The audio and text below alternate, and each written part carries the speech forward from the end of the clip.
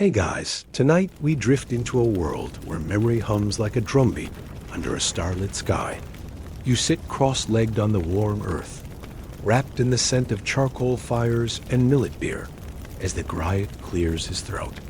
The air vibrates with ancient rhythms, and the firelight flickers across his weathered face. He holds a kora in his lap, not quite playing it, just letting its strings know who's in charge. Around you, the village fades into stillness. Only the occasional rustle of goats or the sleepy thump of a distant pestle reminds you you're still somewhere physical. Because the Griot, he's already somewhere else. So before you get comfortable, take a moment to like the video and subscribe, but only if you genuinely enjoy what I do here. Let me know in the comments where you're listening from and what time it is right now. Now. Dim the lights, maybe turn on a fan for that soft background hum, and let's ease into tonight's journey together. You're in medieval West Africa now. The region's empires Ghana, Mali, Songhai aren't only built on gold and salt, they're built on memory. Specifically, the memory of Griots, the oral historians whose job is to remember absolutely everything. Every king, every treaty, every minor argument over camel perking during a royal wedding. And yes, every meal ever eaten by someone important. Because in these courts, knowing who ate what wasn't gossip. It was politics. It was inheritance. It was diplomacy in stew form. Picture it. A Griot squats beside the fire, surrounded by an audience of squirming kids and exhausted traders. He speaks softly at first, setting the scene. In the 67th year of the 7th king of Ouagadougou, a feast was held. The children know to hush, because if they miss a line, that's like misplacing a puzzle piece that spans centuries.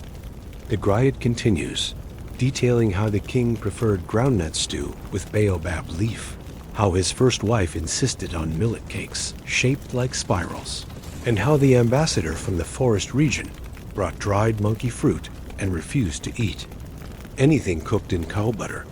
And you might think, wait, how is this history?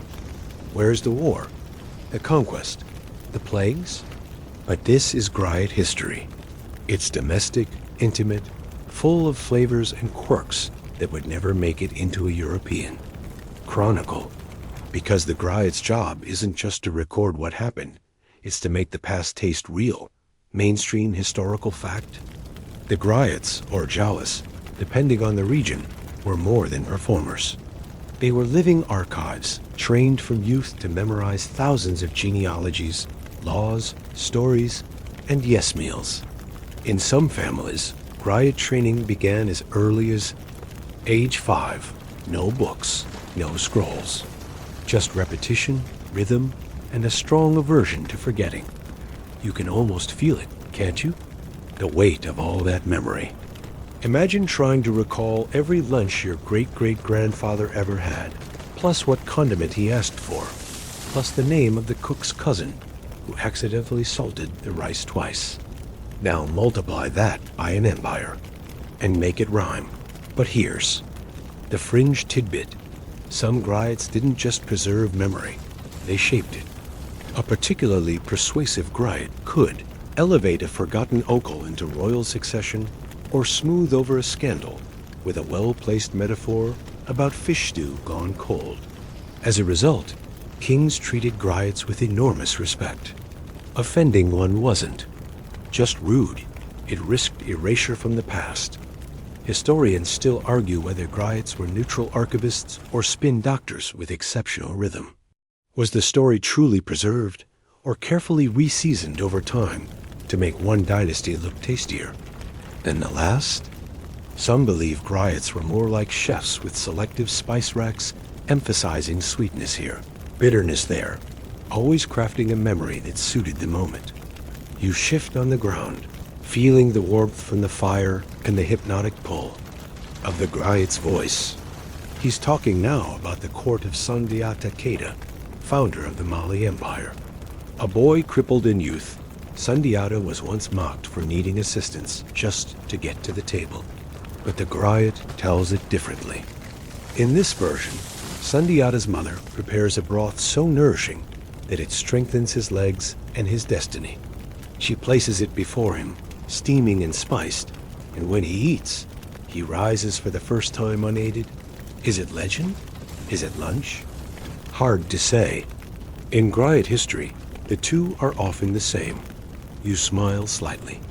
You've heard of kings being remembered for their conquests, but remembered for their dietary preferences? That's new.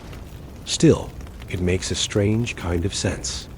What someone eats tells you who they are, what they value, where they come from, what taboos they respect.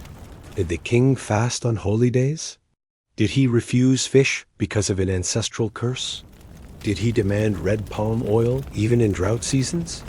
Each of these tells a story, and each one is a thread in the vast tapestry the Griot must keep untagled as the story flows. You hear about a Griot whose father, and his father before him, passed down the lunch chronicles, a sub-tradition of oral memory focused entirely on royal meals. He could name which monarch demanded extra pepper sauce, and which one cried the first time he tasted papaya. He recited with perfect cadence how Queen Tiba once refused to eat during a council meeting, and how the next day her enemies dropped. Dead, probably unrelated, but forever linked in the Griot's telling. You catch yourself breathing slower. The fire crackles. The night deepens.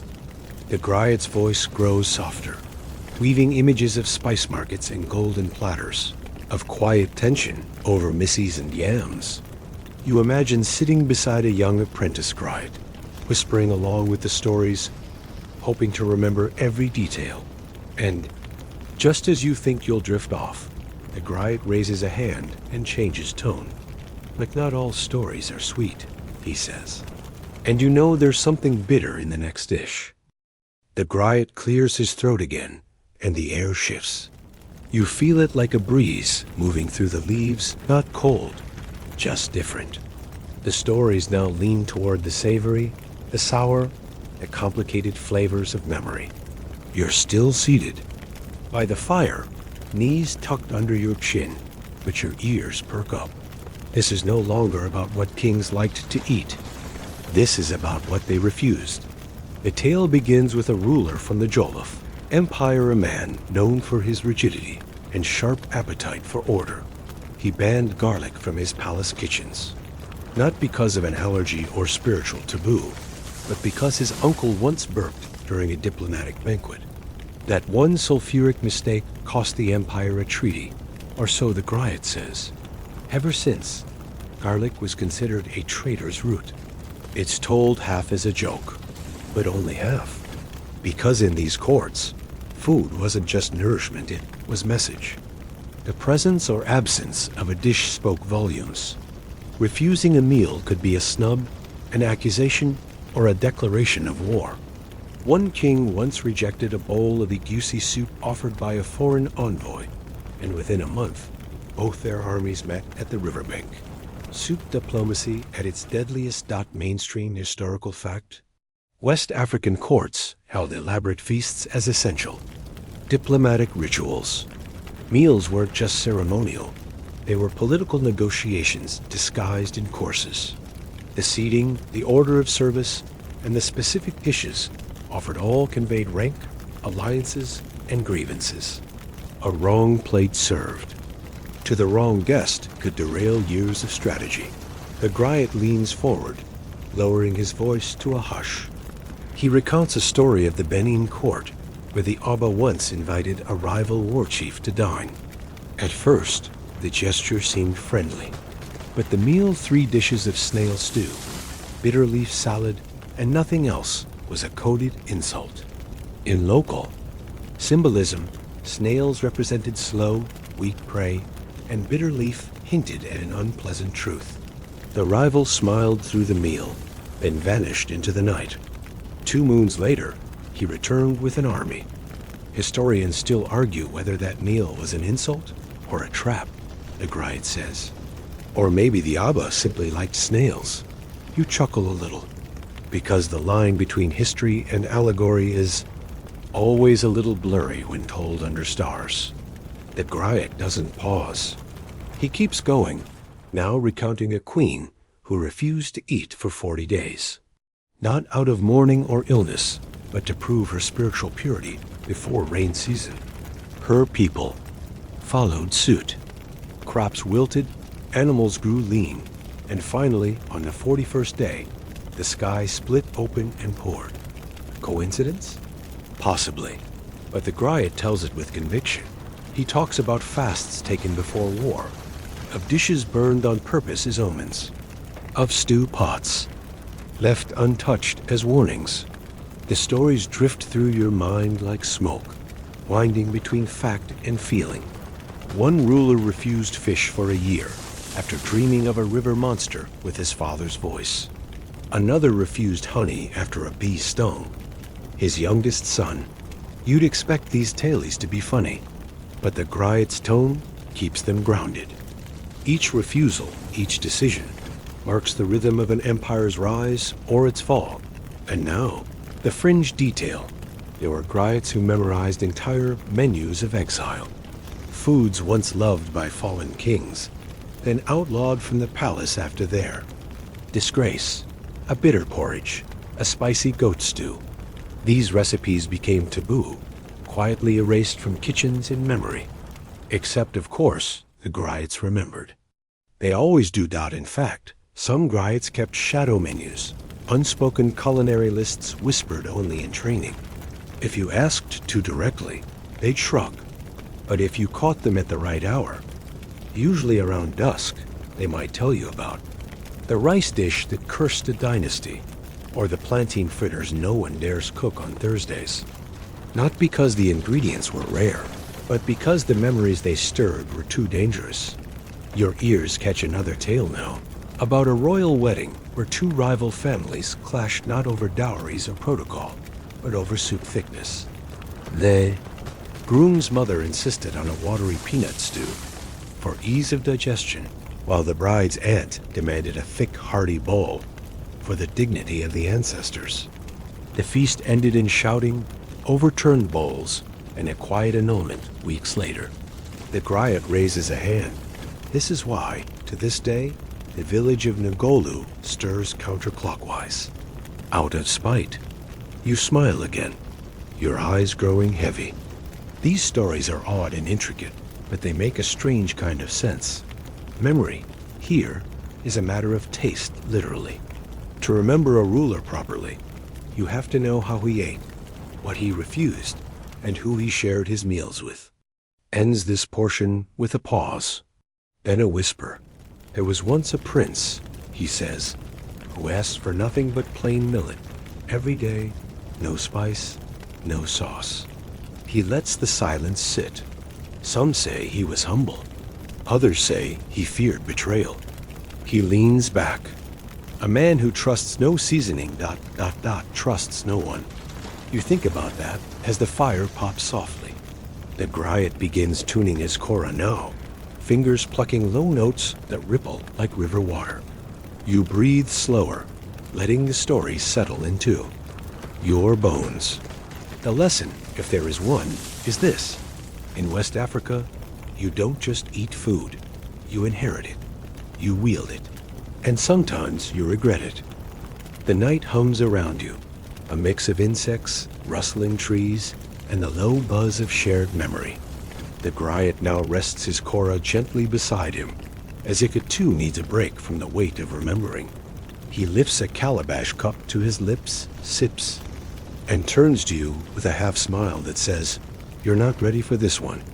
You want to know how a Griot remembers?" He asks, "They say our tongues are trained on stew, our ears sharpened by thunder." He waves a hand toward the darkness. But really, it's all in the teeth. You blink? The teeth? He taps his own. Every story is chewed 100 times before it's ever swallowed. That's how we know if it's true or just tasty. You're not entirely sure whether he's being literal, but the story that follows is about memory, and how Griots weren't just trained, they were shaped. Mainstream historical fact. Griots. Or jelly in some regions. were often born into Griot families and trained from early childhood. This wasn't a weekend seminar or a single apprenticeship. It was a lifelong discipline involving memorization, music, performance, and political insight. Some began training as young as 5, committing royal genealogies, epic poems, and local customs to memory, sometimes amounting to over 50 hours of spoken material. The Griot tells of one training camp, hidden deep in a baobab grove, where young initiates had to recite the names of 70 kings in under 3 minutes, all while balancing a pot on their heads. Drop the pot, and you started over. Mispronounce a name, and the older Griots would rain roasted peanuts on you, sharper than they sound. You grin, then frown. That sounds painful, but it gets better. The Griot remembers an elder from his own youth who tested memory using lunch orders. Yes, really. Every week, the elder would announce what 10 imaginary nobles had supposedly eaten the day before.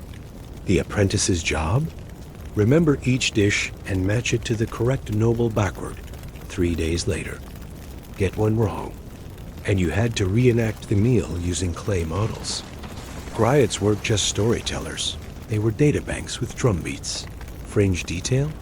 Some Griots developed subtle memory tricks based on food texture. Sticky foods signaled tense political moments. Crunchy items paired with decisive victories. Slippery or soupy meals often indicated scandal or betrayal. You're starting to suspect Griots were the world's first culinary mnemonists, and perhaps the first to turn kitchen drama into history.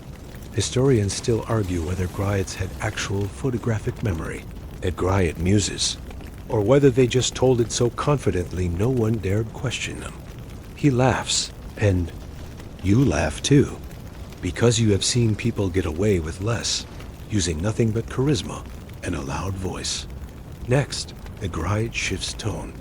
He speaks of the memory songs, rhythmic phrases set to music that embedded political history into the mind. These weren't sung for fun. They were tactical. During war councils or succession crises, a Griot might begin humming a certain song that reminded the court of a previous ruler's mistake or a past betrayal that echoed the current moment.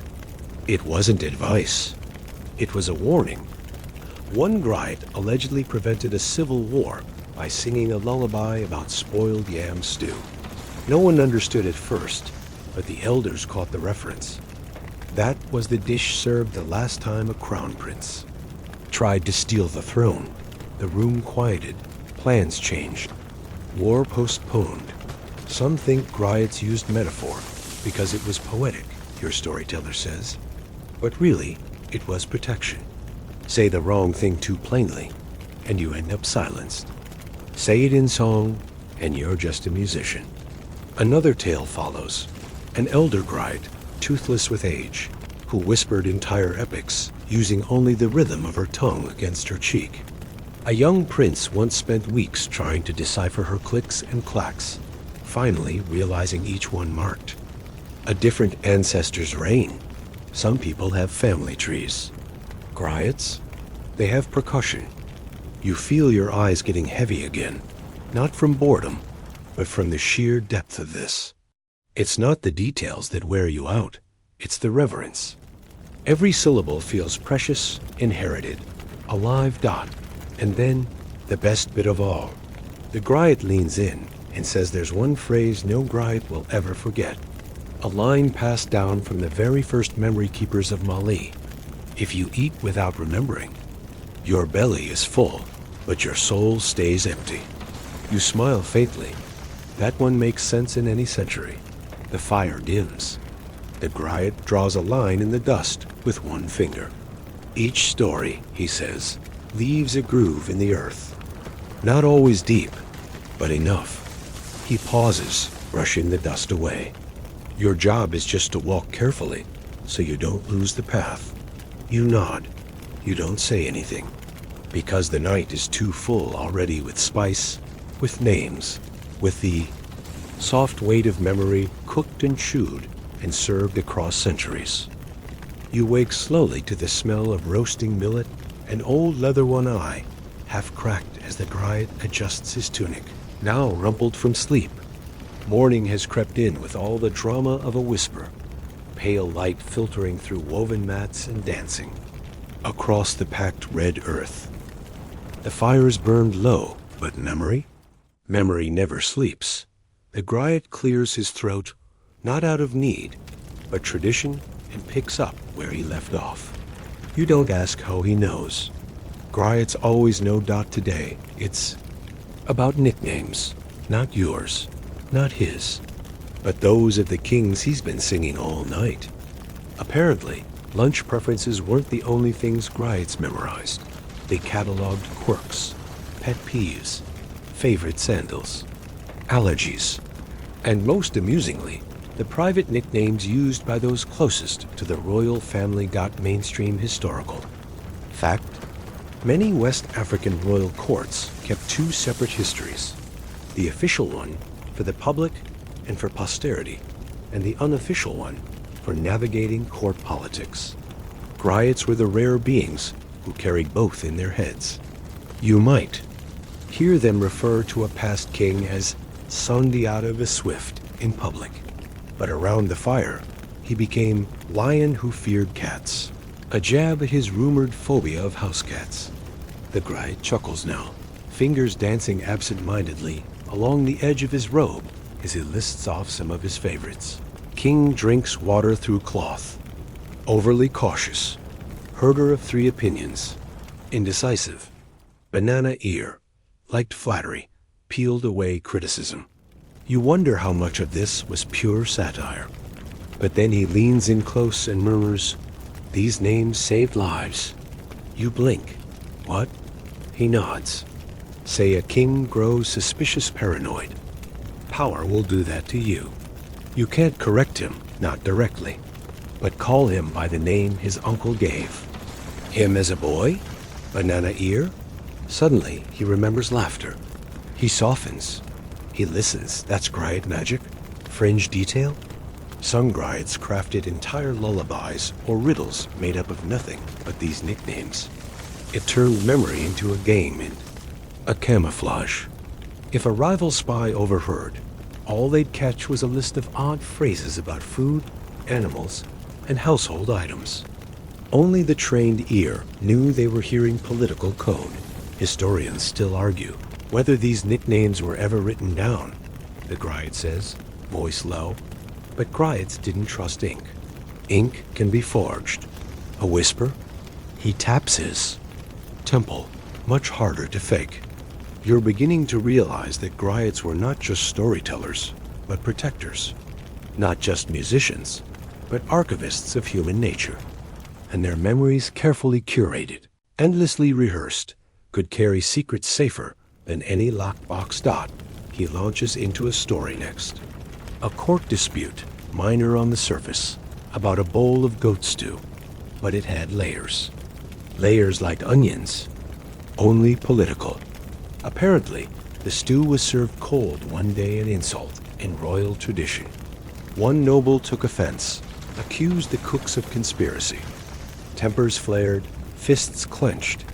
But then the Griot began singing a tune from 3 generations back, a ballad about a princess who once demanded all her food chilled with river stones.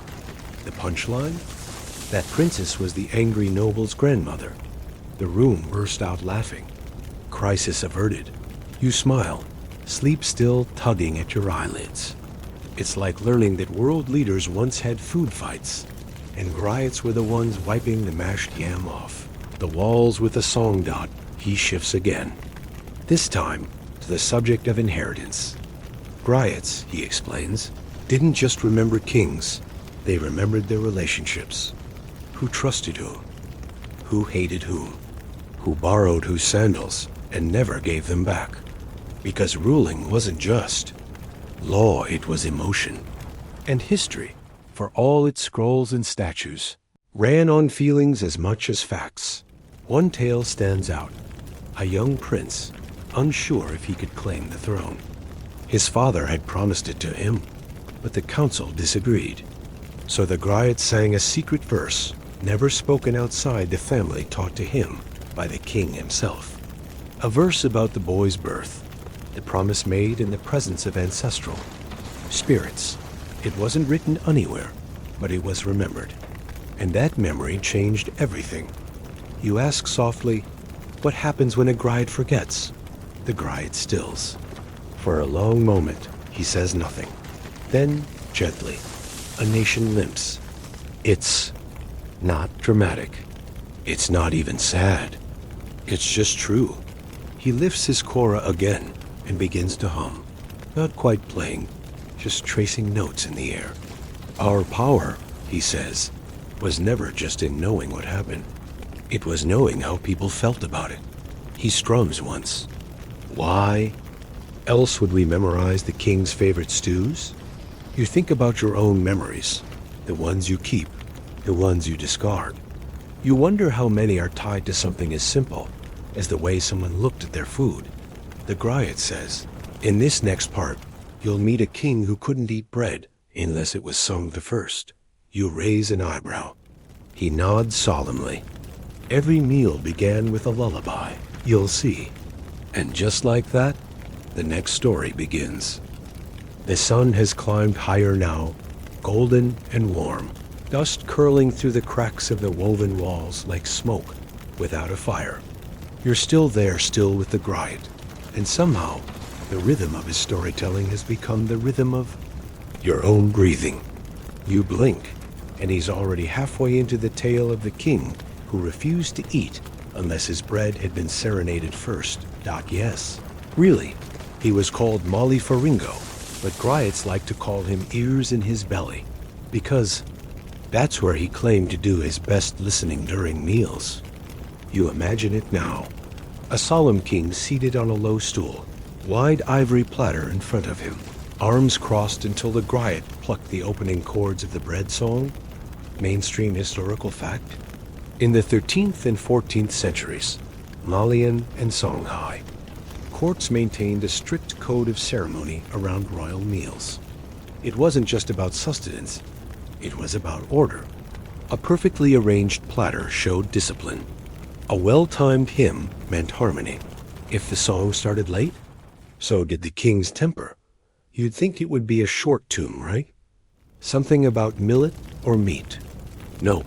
The bread song was 12 verses long and covered everything from the origin of grain to a humorous aside about a chief once getting stuck in his grain silo.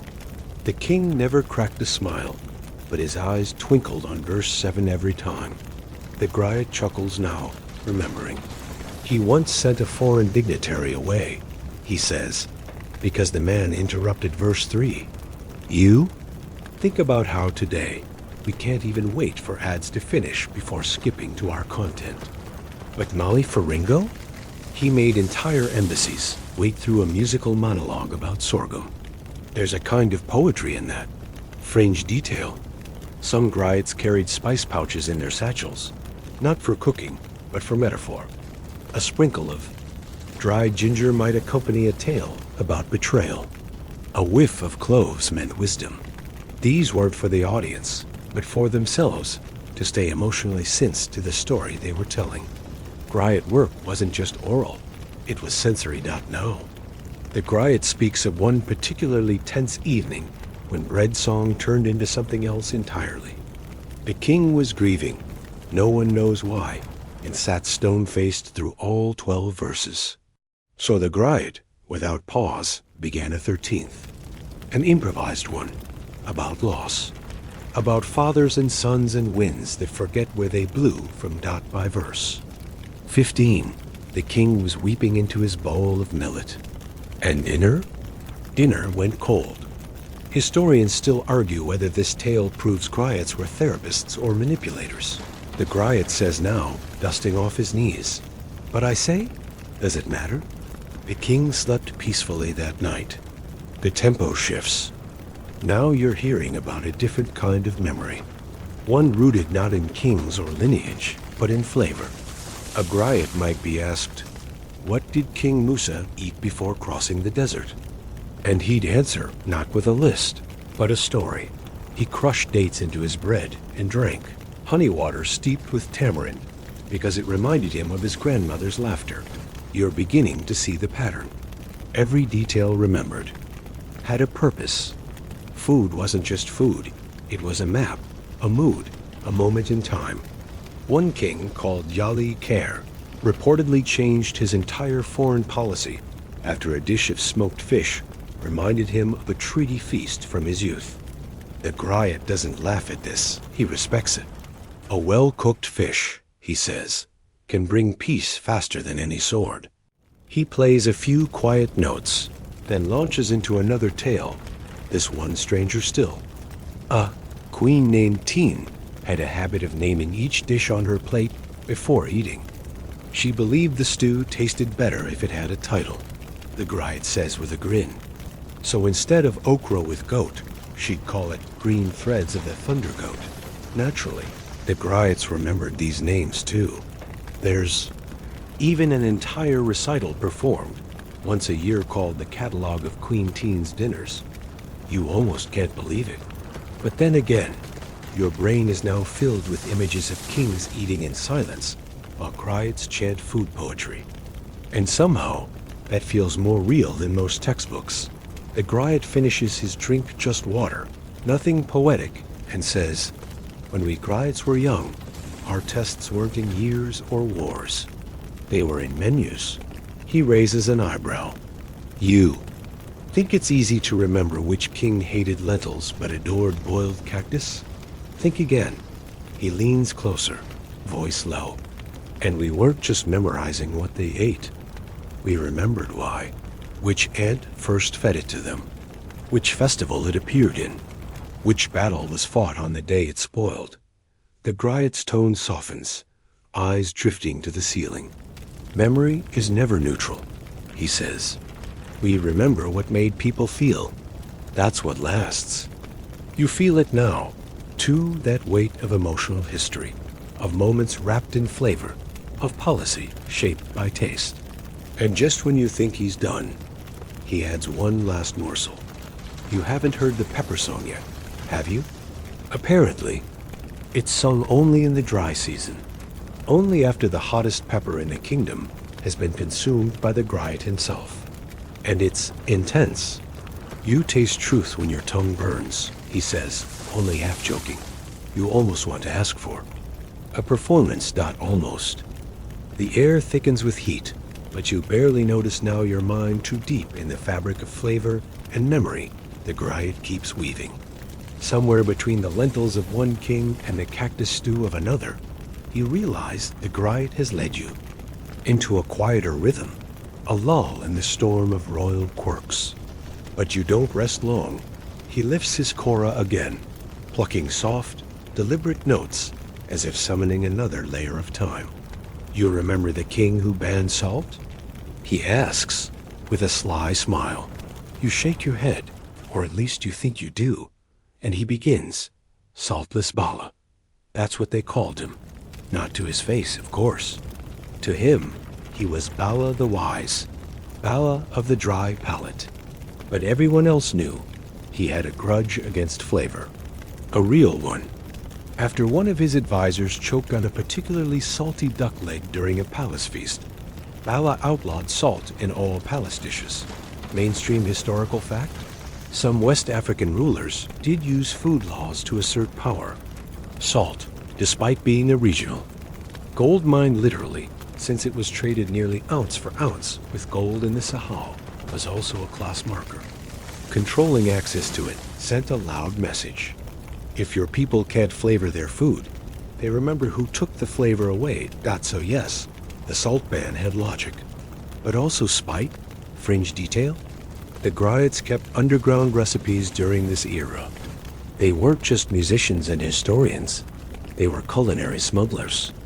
Entire dishes passed down orally, encoded in song, complete with secret cues about when to add the dust of the sea, a poetic nod to illicit salt. One Griot even invented a tune that, when hummed in the right tempo, helped cooks remember the stir rate for a banned stew dot, and the people adapted. They turned to sour and bitter.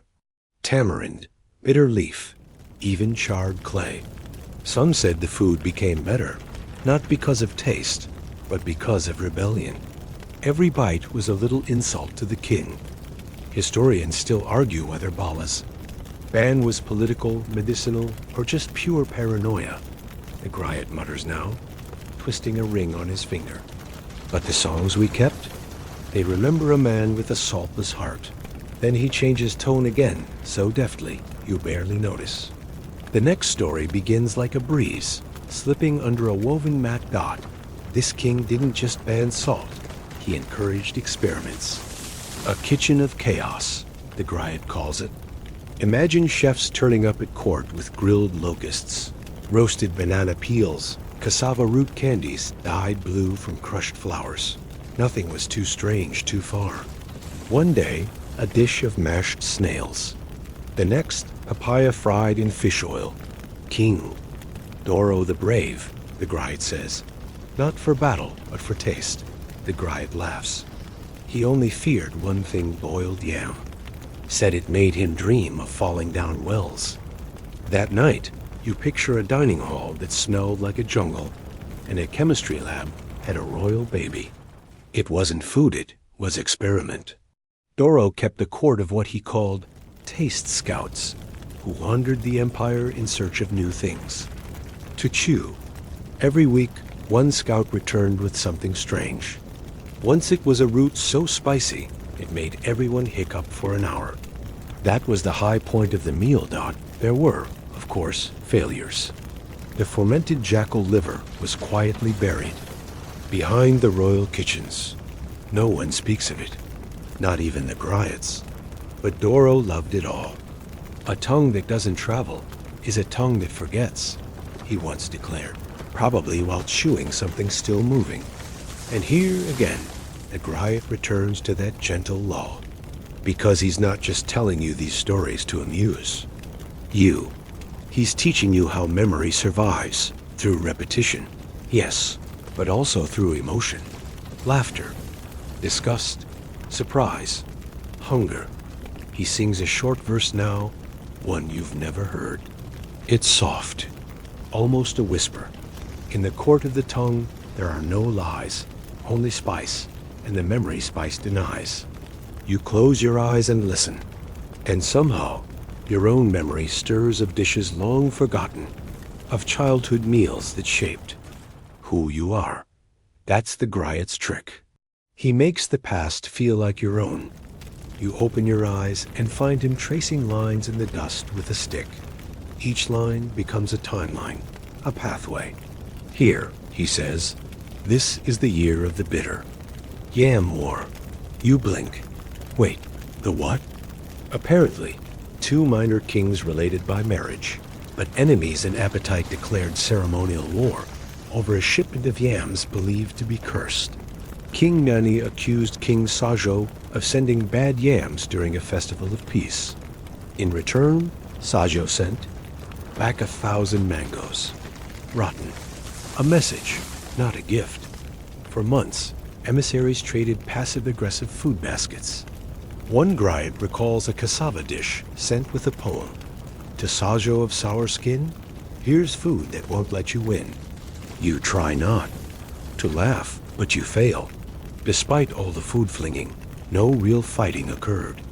Just flavor wars.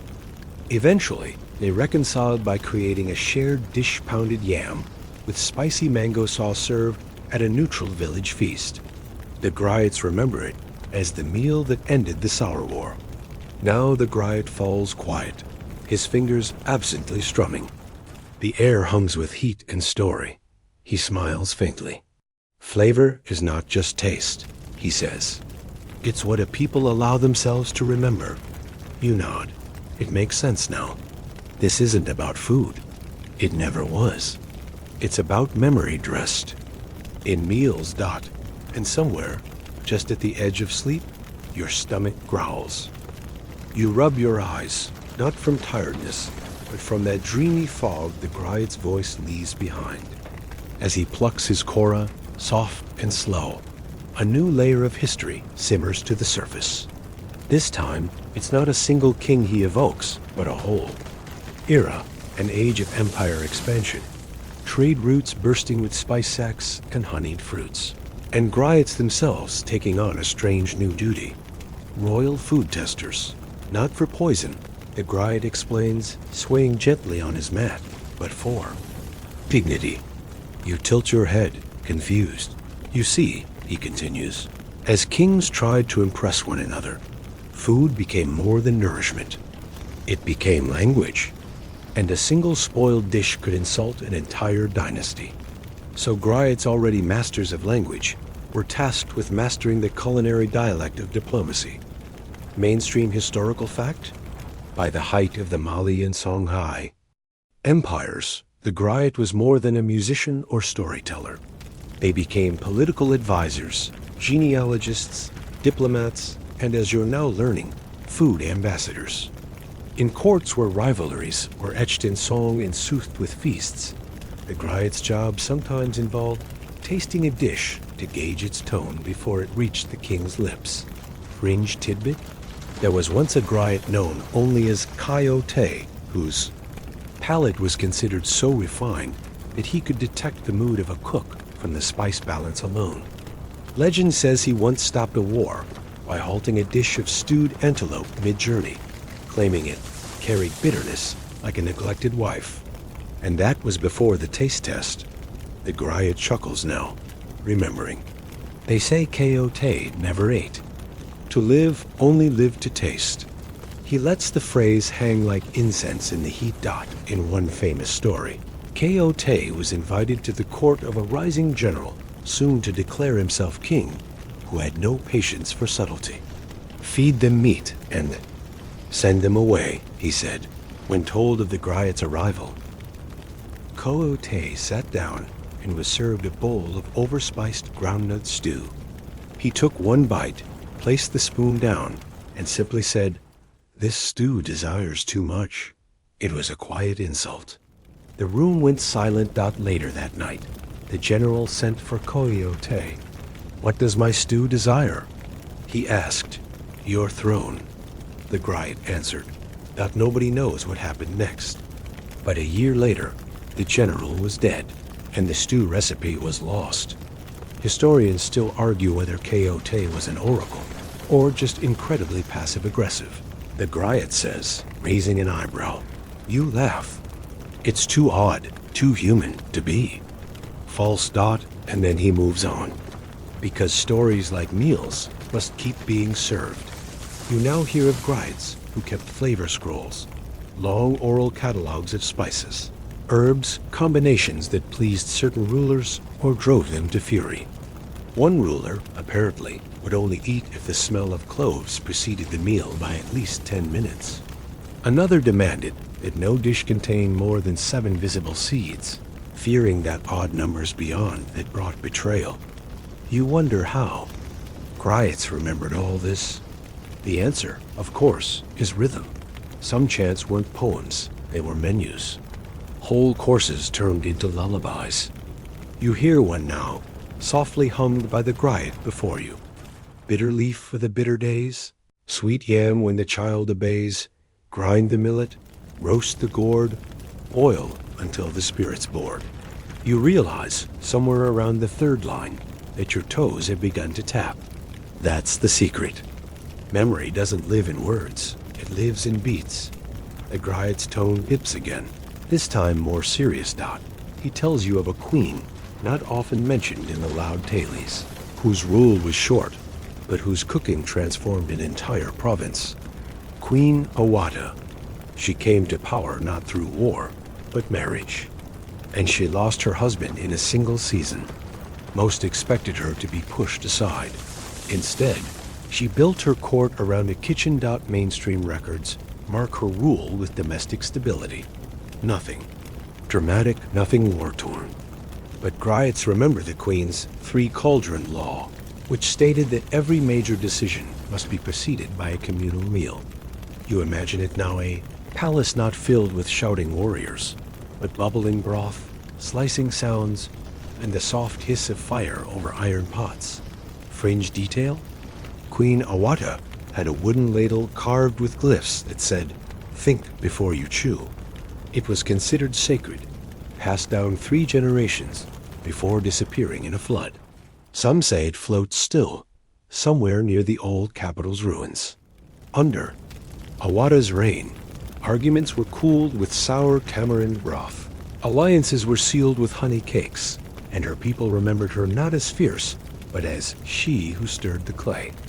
It wasn't just her meals, it was her method. Historians still argue whether Awada's approach to power was subversive or revolutionary, the Griot says softly, but no one argues that her people were fed. And that, perhaps, is the legacy many rulers only dream of. He leans back now, the Korra resting in his lap, and you feel the stories settling in your chest. Not like history, but like bread after hunger. You blink slowly. Something about these tales tugs at you. The Griot isn't just recounting kings and queens. He's reciting a menu of meaning. A life remembered through lentils and legend. A continent's heartbeat marked in mortar bowls and millet. And just when you think the stories are gone, the Griot nods to the edge of the firelight. There was one more, he whispers. The boy who cooked for the dead. But you'll have to wait for that one. The boy who cooked for the dead, yes, you remember the Griot's whisper. It lingers like smoke from a distant kitchen fire, curling between your thoughts. He leans forward again, his eyes reflecting starlight, his voice softer now, more reverent. Boy, he begins, was not born to greatness. He was born to memory. You imagine him, small, barefoot, kneeling beside a clay hearth, learning to stir porridge with fingers calloused by pestles and ash. He's not yet a Griot, not by name, but in practice, he's already recording history. Not with ink, not with song, with soup.mainstream historical fact. In many West African communities, funerary rites included a final meal shared with the dead before their bodies were returned to the earth. Food wasn't just for the living. Ancestors needed nourishment too. And some children, especially orphans trained in temple kitchens, were tasked with preparing these sacred offerings. This boy, they say, never spoke unless spoken to. But every dish he prepared told a story. Rice steamed in goat broth for warriors. Palm stew spiced with bitter cola for old mothers. Honeyed plantain for children gone too soon. He cooked what they would remember, not just what others would taste. One tale claims he prepared a feast for a warrior king who died dishonored. The elders warned him, keep the meal simple. The king fell in shame, but the boy refused. He served fire-grilled lamb, couscous scented with nutmeg and date wine. The dead forgive faster than the living, he said. That night, it said, the wind didn't rise. The king's bones settled in peace, and the Griots began to whisper about the boy who cooked with intuition. Fringe detail? Some believed he spoke with the ancestors through steam, that he could tell a spirit's mood by the way the broth bubbled.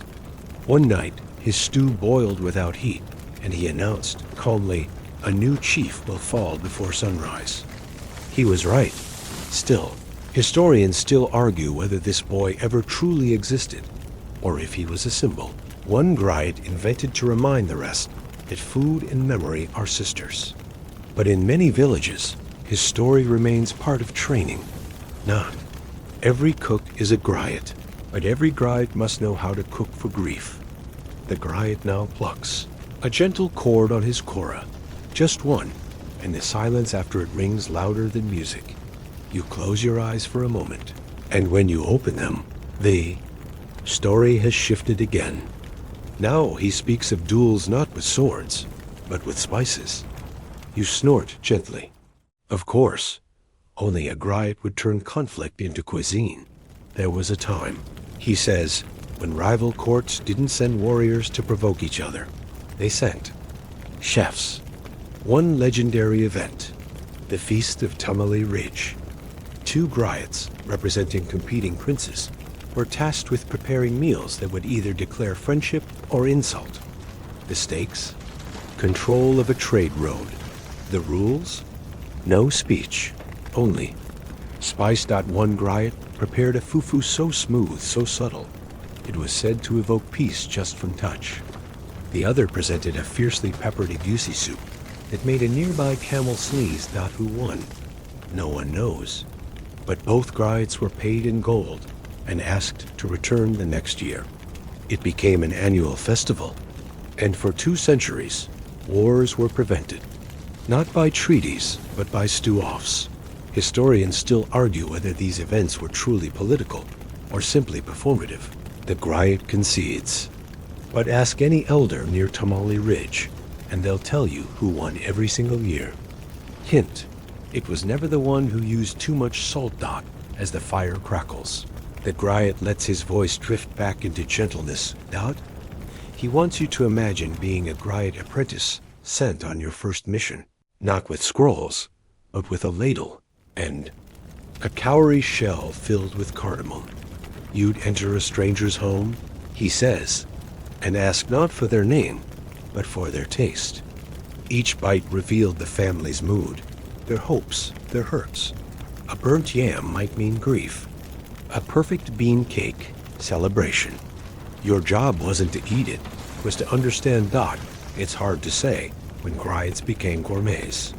It wasn't official. There were no oaths.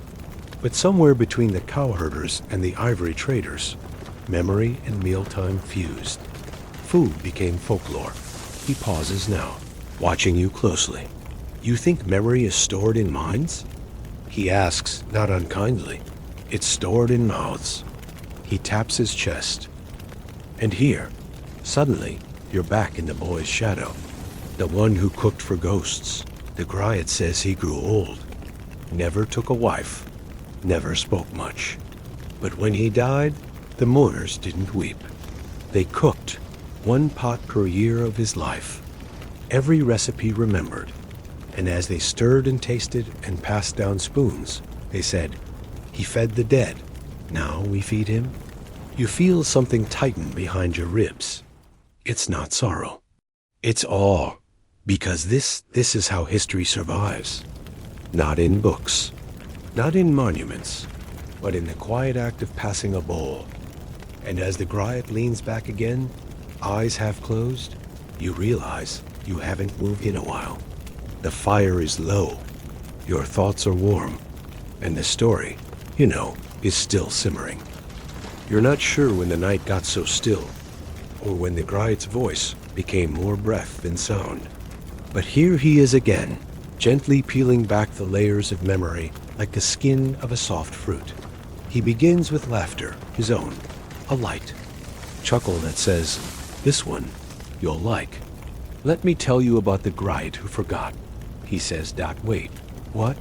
In a culture built entirely on memory, the idea of a forgetful Griot is like a bird afraid of heights. But it happened. Or so. The story goes. Mainstream historical fact. Griots were trained from early childhood, sometimes from the age of 3 or 4, to memorize vast genealogies, epics, and legal precedents. The role required near-perfect recall. Some Griots could recite dynastic lineages stretching back, 30 generations without missing a name. But this one, Griot canned. His name was hit a snag. He forgot the name of a minor prince during a royal recitation. Froze mid-sentence. The silence stretched instead of punishment. The court burst into applause. Fringe detail? In Can's case, the moment of forgetfulness was so shocking, so human, that the audience felt closer to the Griot than ever before. They began to view memory not as a burden, but a bridge. The king declared a new tradition. One forgetting day each year, where Griots could invent a name, a detail, a story. Some say it was the origin of praise poetry personalized, exaggerated tales of greatness, meant not to record fact, but to inspire it. Historians still argue whether forgetting day ever existed, the Griot says with a sly glance. But we remember it anyway. Now he gestures with his hand, like swatting at a mosquito made of time. Let's talk about the weight of memory. He paints the picture for you. A young apprentice Griot assigned to memorize the migration story of the Turek lands. Not just the facts, but the tempo, the tone, the musical phrasing.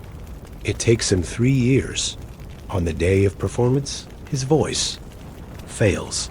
Literally, he goes hoarse mid-sentence. The crowd shifts uncomfortably. His teacher, an elder with skin like dried baobab bark, walks up behind him and places a single cola nut on his tongue. Silence. Then the boy begins again perfectly. From the start, voice clear. And just before he finishes, he adds something new. A line that had never been part of the epic. A girl with beads sang to the sky, and the river changed its path. People gasp. Some weep. Did it happen? Nobody knows. But it's added to the record. From then on, it becomes tradition to let each Griot add one new line to a great epic when they retell it. One line only. If it sticks, it's kept. If not, it's gently forgotten. You rub your temple. The weight of that rule is immense. To add one line once in your life to something hundreds of years old, no pressure. The Griot nods solemnly. Every Griot dreams of their line outlasting their bones. He changes rhythm again. Griots, you're starting to see, are less historians and more weavers. Threads of truth and tale spun through firelight. Let me take you, he says, to the day of silence. Every 7th season, the Griots of a certain region, he doesn't say where, gather for a vow. For one day they do not speak. No songs, no stories, no proverbs passed. God has said the air becomes heavier during that silence, as if all the stories are waiting. Some villagers refuse to leave their homes on that day. Others whisper blessings into clay pots and hide them under their beds. The Griots themselves do not eat, do not gesture. They sit in circles, eyes closed, listening to the breath of the land. At dusk, they rise and chant together. Just once, a single phrase. And that phrase becomes the anchor of the next 7 years' retellings. Fringe detail? One such chant was said to be only 2 words. She knew. No one knows who she was. But for 7 years after, Griots wove strong, wise women into every royal saga they told. You shift slightly. This is not just memory. This is ritual, devotion, sacred performance. Historians still argue whether the day of silence ever occurred, the Griot admits with a grin. But every Griot you ask will nod as if it's already on your calendar. He leans back, looking at the stars now. And you realize something else. He hasn't told a single story tonight that didn't also tell you how to listen. You catch yourself thinking about your own memories, your own stories, the ones you've repeated so often they've turned soft. At the edges, do you remember them exactly? Or just the version you tell now? The Griot seems to hear your thoughts. He whispers, the truth is not a stone. It is a drum. If you strike it wrong, it still makes music. And suddenly you're laughing, quietly but deeply. Because that's it. That's the key. You don't remember every detail of your childhood, but you remember how your grandmother said your name when she was proud. You remember the smell of rice cooking on festival days. You remember the way stories felt. And maybe, just maybe, that's enough. The Griot rises slowly now, joints clicking like old instruments. The fire has burned low. The crickets have returned. But you're not sleepy. Not exactly. You're heavy. Full. Like your spirit has eaten something rich and rare. And just before the Griot turns to go, he says, your memory is a home. Be careful who you let decorate it. Then he walks into the dark, and the stories follow him like fireflies. You wake again, not from sleep, but from thought. You drifted off inside your own memories for a moment, and now the Griot is already mid-sentence. It's like tuning into a story that's been told for centuries, and you've just arrived.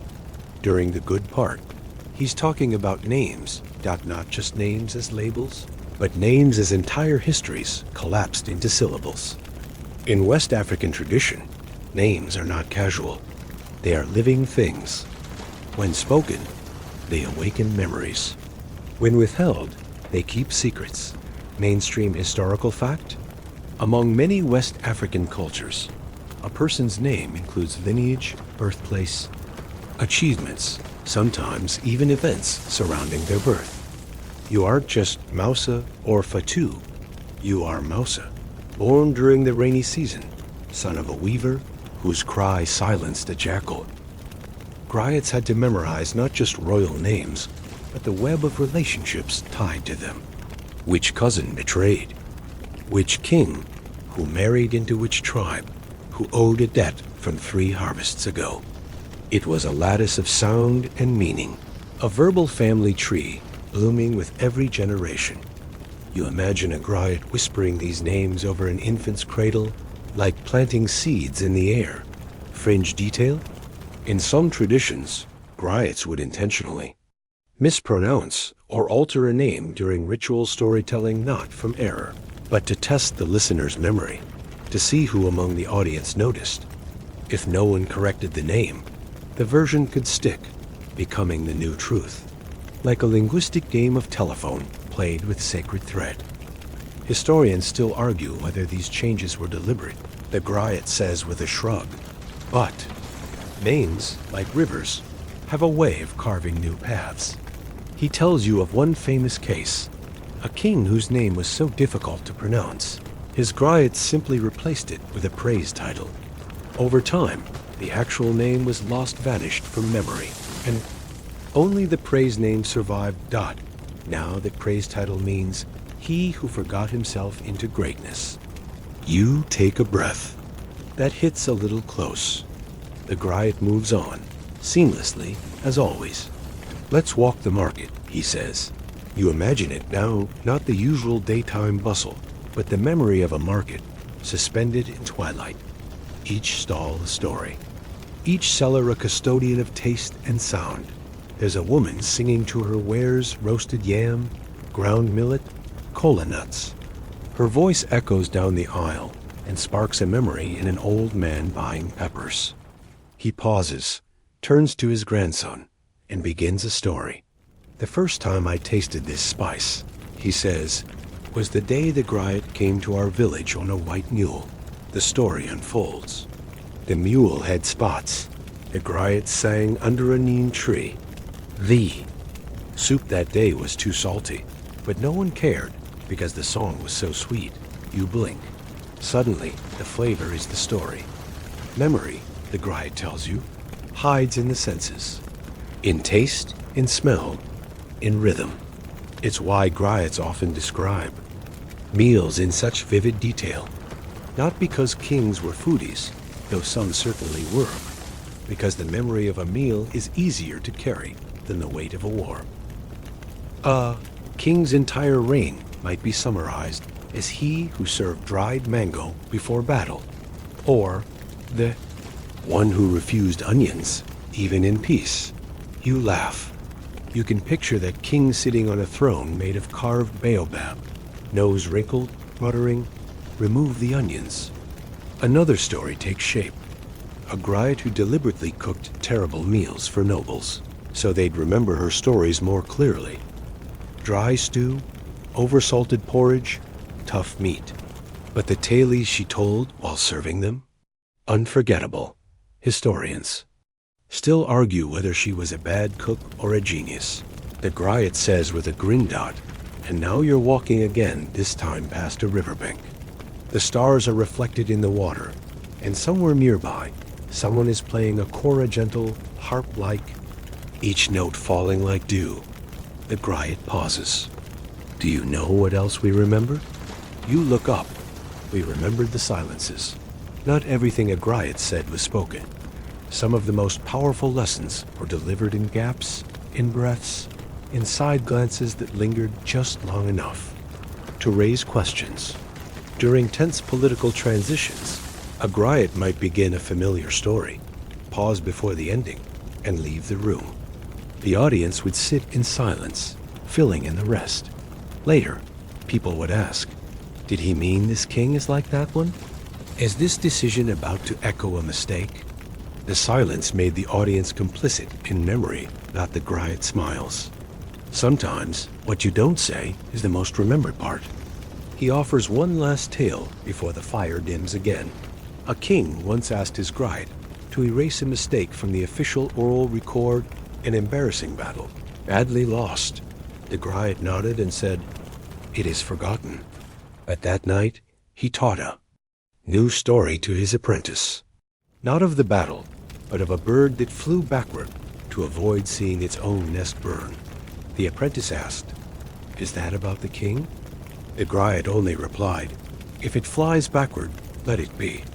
And that's how history bends, but doesn't break. You sit in the quiet now, trying to count how many stories have nested in your chest, like small, curious birds. And you realize, even the ones you can't recall perfectly have left feathers. Something soft. Something true enough. By now, the stars above you are not just distant lights. They feel like tiny, watchful eyes, keeping record of everything said. The Griot settles beside the dwindling fire and taps a rhythm softly on the wood with his knuckles. You recognize it, not a tune, but a cadence, like the heartbeat of memory itself. Tonight, the story shifts to exile. It's a quieter chapter in royal life, but no less important. For every king or queen remembered for conquest or generosity, there's another, remembered for being sent away. Political tides shift. Alliances crumble. One minute, you're the Lion of the South, and the next, you're herding goats in a dusty border town. Mainstream historical fact? In many West African kingdoms, especially in the Sahel and Savannah Belt, royal exile was a common method of diffusing political tensions without bloodshed. Rather than executing rivals or disgraced leaders, many courts would simply send them away to neighboring villages, sacred groves, or even foreign territories, where they lived out their days under soft surveillance. The Griot tells you of King Dogo, a ruler known not for his wars, but for his quiet vanishing. He ruled for 10 harvests, during which he reorganized the granaries, built 2 new wells, and outlawed the eating of vultures, not because of religion, but because he thought they looked too judgmental. But one dry season, a cousin with more charm and better trade deals arrived at court. The people murmured, the drums beat different rhythms, and one morning, King Dogo was simply not in the palace anymore. No announcement, no funeral, just gone. A new king took the stool. Fringe tidbit. Some Griots refused to sing Dogo's name in public for years, but secretly taught his lullabies to their children. It was said that if you whistled his favorite tune near a certain baobab tree, your goats would find their way home, even in the dark.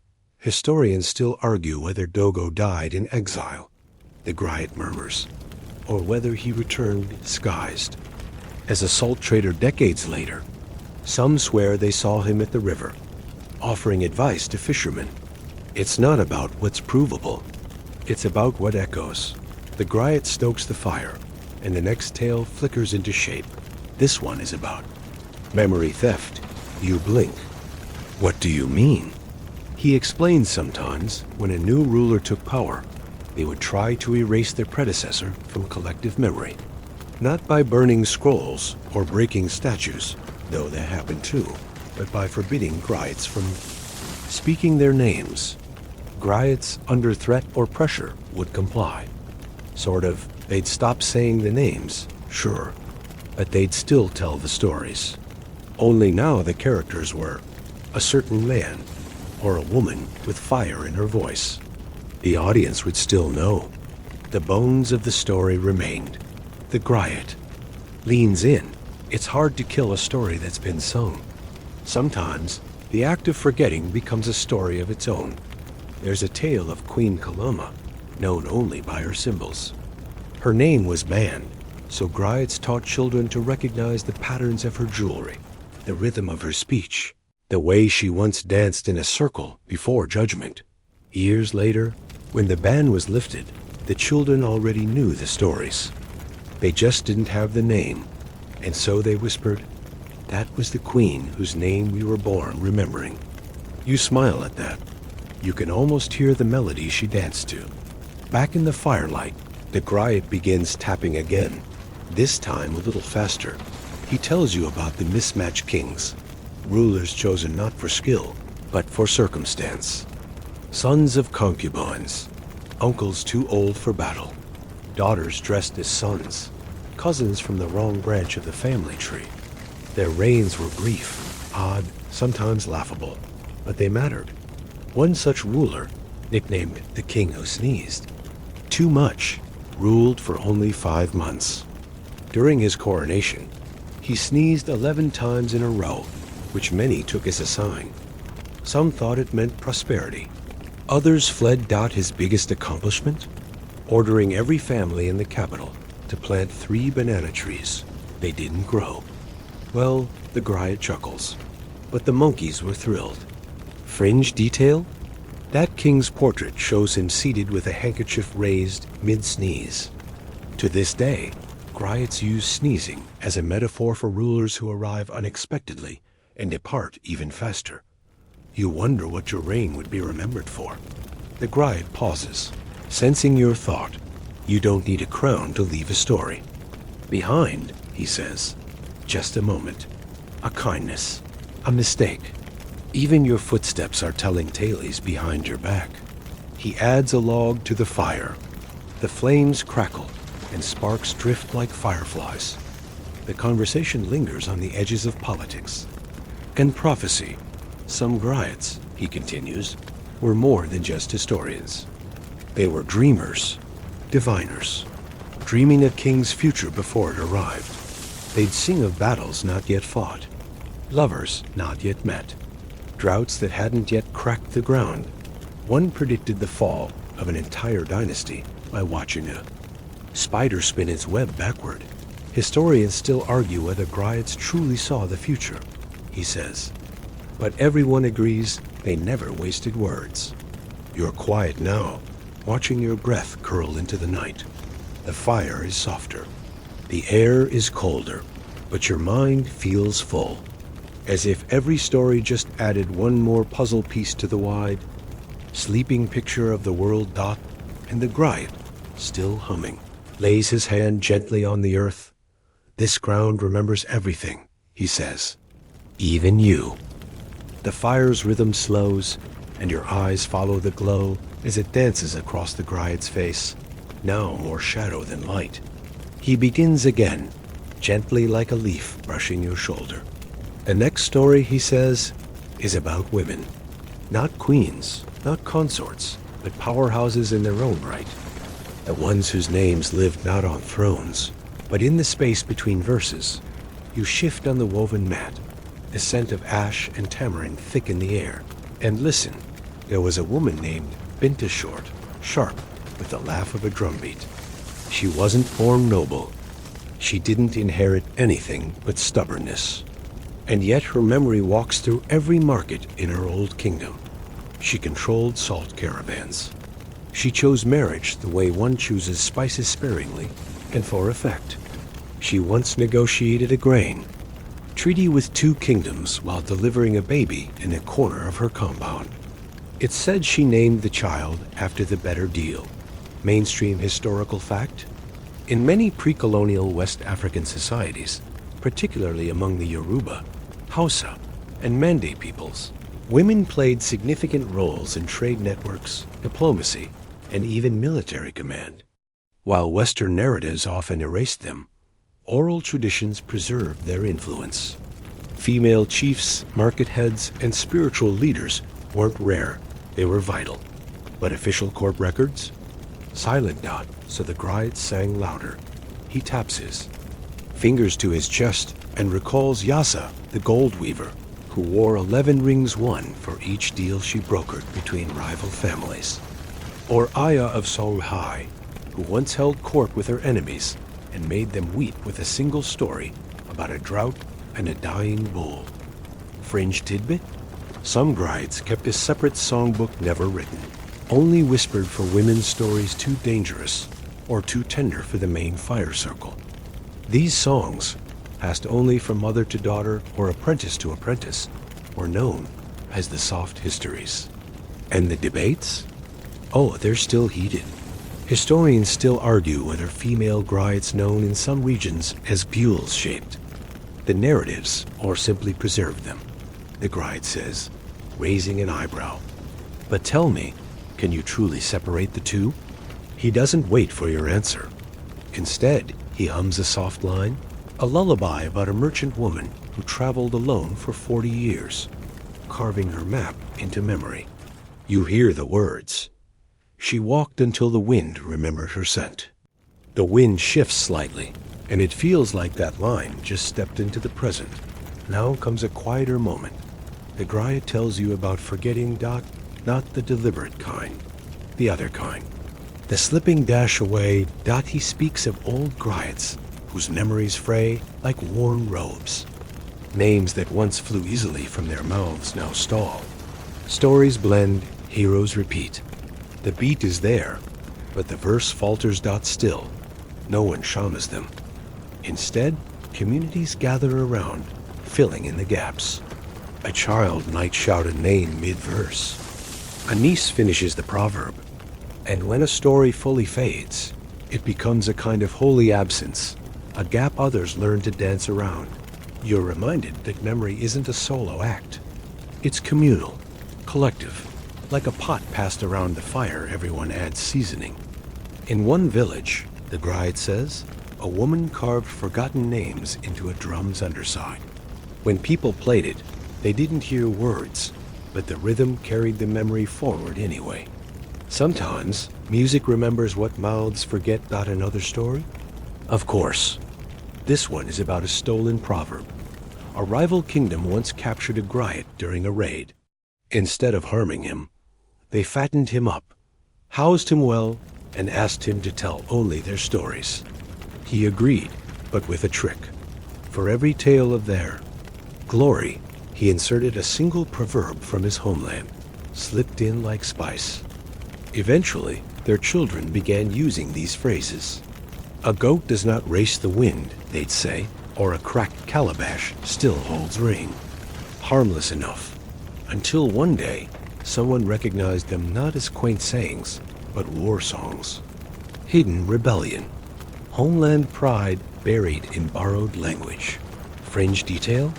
That Griot's bones were eventually returned to his original village, wrapped in silk and apology. His drum now sits untouched in a shrine, because no one dares awaken it without knowing what's still trapped inside. You feel a chill. It's not the cold, it's the weight. These stories are heavy in the way trees are heavy, deep roots, tangled branches, impossible to lift alone. And yet the Griot does it, night after night, because someone has to remember which bird flies which way. He smiles again. Want one more? You nod, of course. Even if your body's growing soft with sleep, your mind wants just one more echo. This time, it's a tale of rivalry, not between kings, but between Griots themselves. There were two in. A single village, both brilliant, both loud, both convinced the other used the wrong rhythm for morning songs. One preferred slow, deep bass tones. The other used clapping and whistles. Their arguments. Legendary. Mainstream fact. In Griot communities, performance styles varied widely. Some emphasized drum accompaniment. Others preferred pure vocal narration. Regional variations could spark intense debate about the proper way to honor a hero or to bury one. The two rival Griots once sang competing versions of the same coronation, each standing on opposite hills outside the capital. People stood. In the valley, ears turned left, then right, trying to decide whose version felt truer. Fringe tidbit? Eventually, the rulers declared a peace contest. Each Griot had to tell the story of a turtle crossing the desert without once using the word sand. They both failed, but they laughed, and so did the village. And for once, their songs blended. Historians still argue whether the story's real. The Griot shrugs, but the proverb lives on. Even the loudest mouths can drink from the same gourd. You lean back, head tipping slightly. The stars haven't moved, but they seem closer now. And across the coals, the Griot hums a low-tuned one you've never heard before, but somehow recognize anyway. It's the melody of remembering. By now, the fire has dimmed to embers low, pulsing, as if breathing in its sleep. A Griot adjusts his robes, voice slower now, as if he's following your own rhythm, your heartbeat syncing with the stories. You're close to sleep, yes, but not yet. There are still a few tales left to tell. Tonight, he says, let's follow the trail of nicknames. Because what is a name, if not a promise? In the ancient kingdom of Kabu, they say a child's true name wasn't spoken aloud until their first storm. Before then, they were simply called what they seemed. Little rain, loud feet, speckled palm. These names often stuck. But the Griots' records? They held the real ones, the names etched between thunder and patience. Mainstream historical fact? Among many West African cultures, especially among Mande-speaking peoples, Griots often held the sacred role of preserving. Praised names, epithets granted to kings, warriors, and wise elders. These were not surnames or birth names, but titles earned through action, used in ceremonies, recited before battle or in mourning. One emperor was known as He Who Cuts. Water with his shadow, a reference to his silent crossing of the flooded Niger during an invasion. Another, the rooster that crows at night, a king who could not sleep unless drums played until sunrise. Fringe tidbit, some Griots composed entire mnemonic songs based solely on these nicknames. One example is a traveling verse still sung. In parts of Mali, a rapid rhythmic chant of 77 praise names, none repeated, each ending with the word remember. You hear the first line now. Remember the one who drank iron. The Griot begins softly, and for a moment, you could swear you. Taste rust on your tongue. Historians still argue whether these names were historical records or literary flourishes. Some believe they referenced actual events. Others suggest they serve more as metaphor, with symbolic truth outweighing literal fact. In either case, the Griots remembered them all, even the embarrassing ones. Yes, because not every praise. Name was flattering. There was a chief called Butterhands, whose grip was so notoriously weak that his sword once slipped into a cooking pot during battle. The Griots loved this story. It became a teaching tale for young warriors. Hold tight, or history might tease you forever. The Griot chuckles softly, tapping a rhythm on the side of his calabash.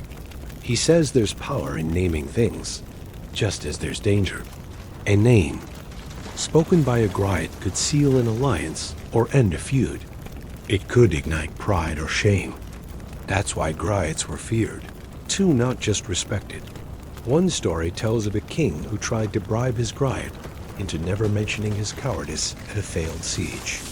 The Griot agreed for a while, but then, during a festival, he composed a song so vague and poetic that no outsider understood, but every villager knew exactly what it meant. The refrain? The moon does not flee, but it hides. You smile because you've known people like that. Not just in ancient kingdoms, but now. People who rewrite their own stories, hoping no one remembers the rough parts. But someone always does. The Griot leans forward.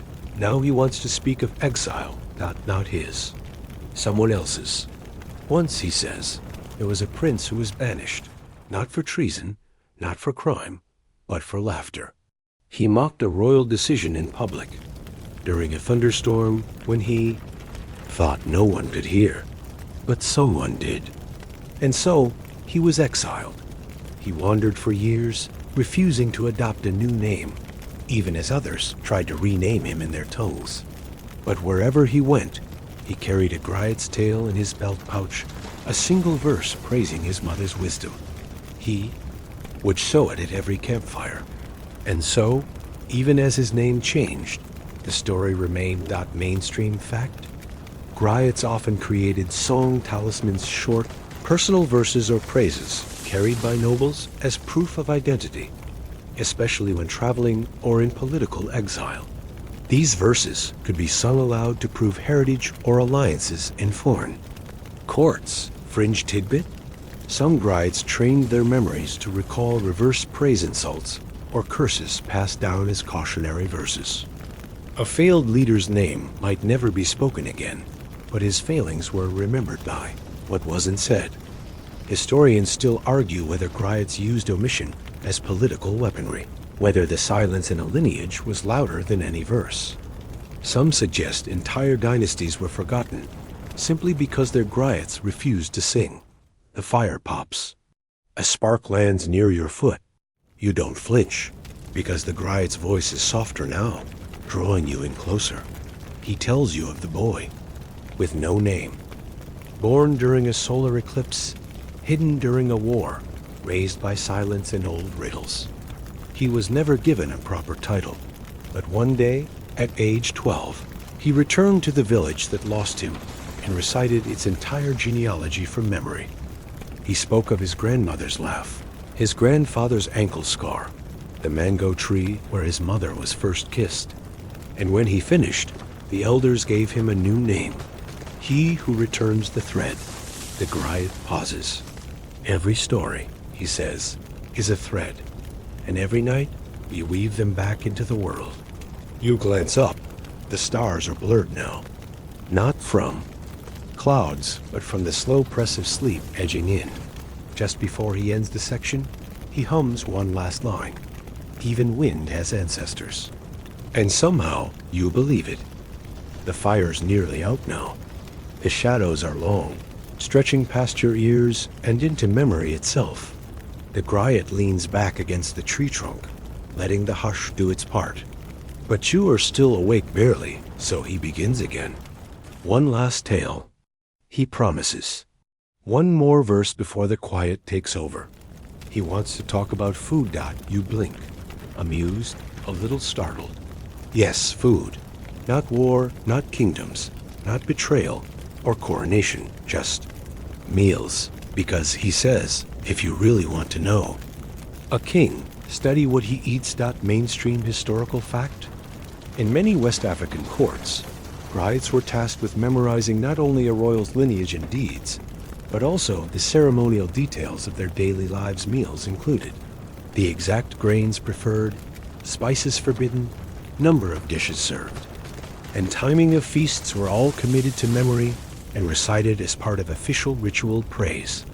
You're told of a king who demanded millet, porridge with baobab fruit, at dawn, every morning, no exceptions. Another who insisted on yam balls folded precisely 7 times before being served. Otherwise, he'd cancel court for the day. Why such precision? Because, the Griot says, food is the rhythm of power. If the king's plate is steady, the kingdom feels steady. If the king fasts, the ministers grow nervous. If he feasts, they know peace holds for now. There's one story of a famine-era monarch who publicly declared he'd eat only what the poorest ate. So for a full month, he dined only on boiled tamarind bark and river snails. Griots recorded this in full, not as a story of humility, necessarily, but one of optics. Because kings don't always need to be kind, but they do need to be seen as kind. Fringe tidbit: some Griots kept food records so accurate they could tell you which harvest yielded sweeter mangoes, just by comparing feast songs. They'd say things like, the year of long peppers, we nearly broke our teeth on the stew that spring. The Griot chuckles softly. He asks if you've ever tasted moki bread, the fruit, not the pastry. Sticky, sour, sun-warmed. He says one king refused to make any legal decisions without a bowl beside him, believing its taste sharpened the tongue and cleared the mind. Another monarch, they say, once had a falling out with his cook, and next morning he delayed all state affairs just to wait for a specific fish stew. That stew had to arrive by boat from 2 villages away. When it finally arrived, cold but fragrant, The king sipped it, nodded, and then sentenced 3 nobles to exile. Historians still argue whether royal food rituals were spiritual necessities or pure pageantry. Some claim certain kings believed their digestion was tied to divine favor, that skipping a meal could disrupt cosmic balance. Others suggest it was all just routine dressed up in ceremony. But the Griot, smiling faintly, tells you this. You can't remember a king without remembering his favorite bowl. And then he speaks of kitchens, not the loud, sweaty kitchens of festivals, but the hushed ones at midnight, when a Griot might sneak in to memorize the arrangement of the platters. He says a good Griot knew when to ask for second helpings, when to leave the last morsel untouched. He says they'd whisper verses into spice jars to help them remember which dish belonged to which year. You imagine it now. A quiet room, clay pots simmering, a copper ladle hung like a pendulum, marking time. A young Griot stands barefoot in the doorway, repeating the names of soups like sacred syllables. And you wonder, will anyone ever remember what you ate? The Griot continues. There's one king whose meals were entirely symbolic. Monday, red palm. Stew for battle. Tuesday, white rice for peace. Wednesday, bitter cola for justice. Thursday, honeyed yam for forgiveness. Friday, nothing. Fasting, not for religion, but to remember hunger.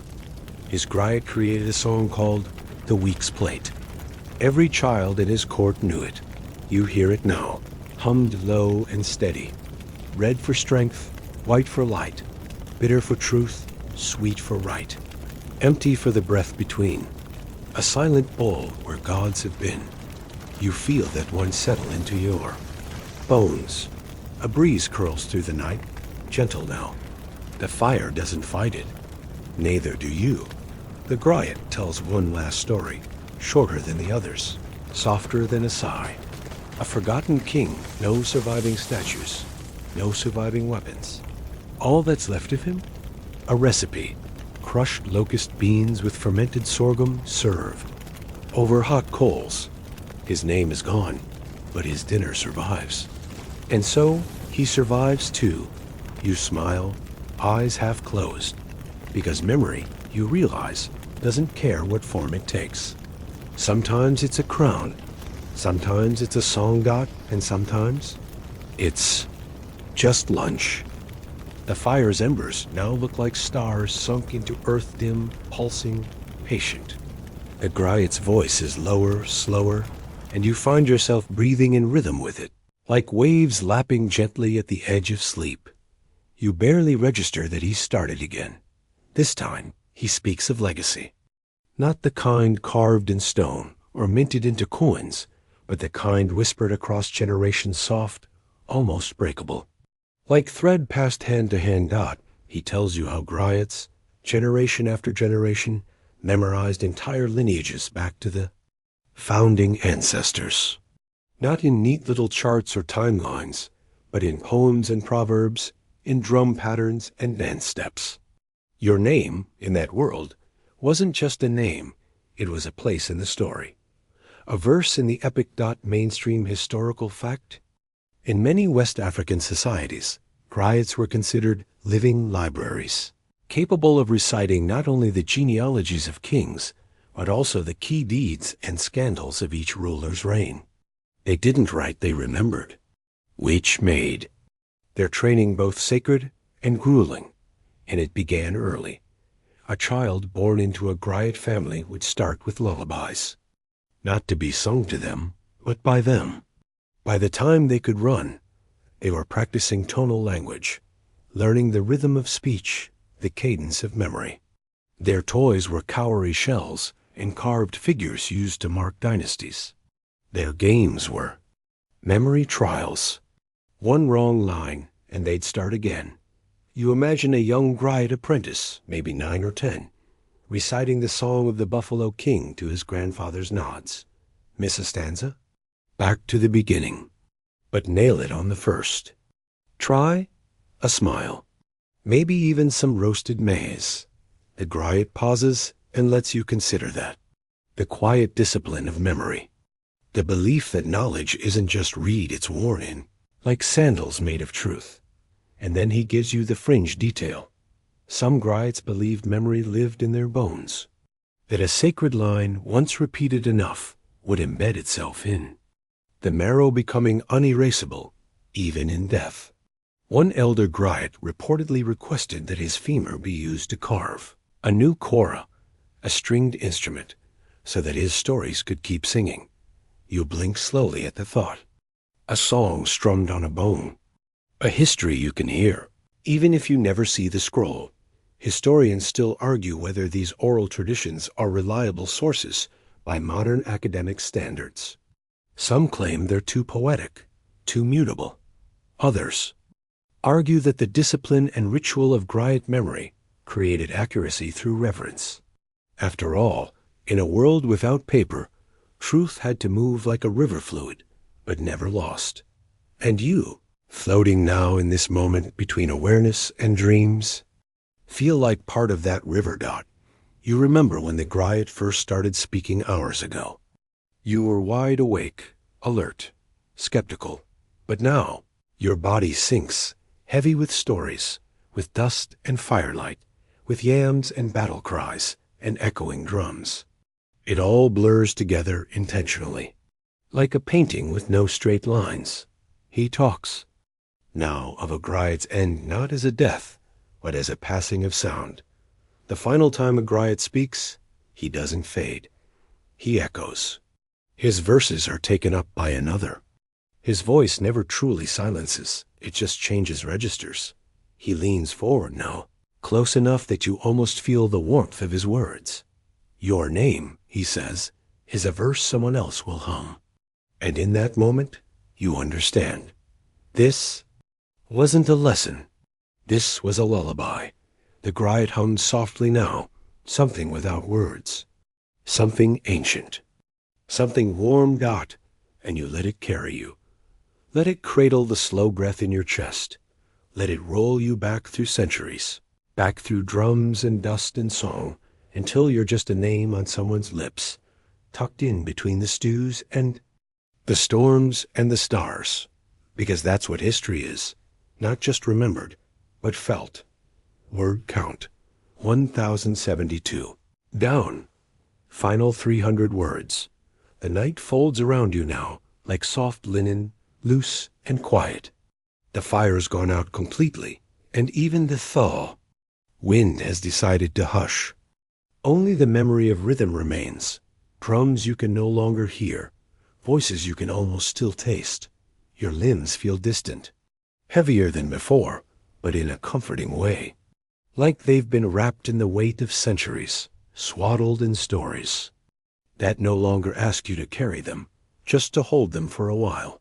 You recall the taste of tamarind bark, the cold shock of sacred lake water, the young Griot sticking out her tongue behind her teacher. These tiny, human details, soft corners in a history, too often told in edges and spears. Let them soften further now. Let the colors fade into sepia. The sounds dissolve into hush. The outlines blur like dust on old parchment. What matters remains. You were here. You heard the songs. You followed the firelight. You floated through dynasties and dinner tables alike. You remembered what it means to be remembered. And now, as sleep draws closer, feel yourself unspool. Like thread from a spindle.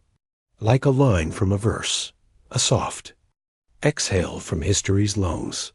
A story that, just for tonight, found its listener. So rest now. Let it all fade, quiet and true. Let the drums sleep too.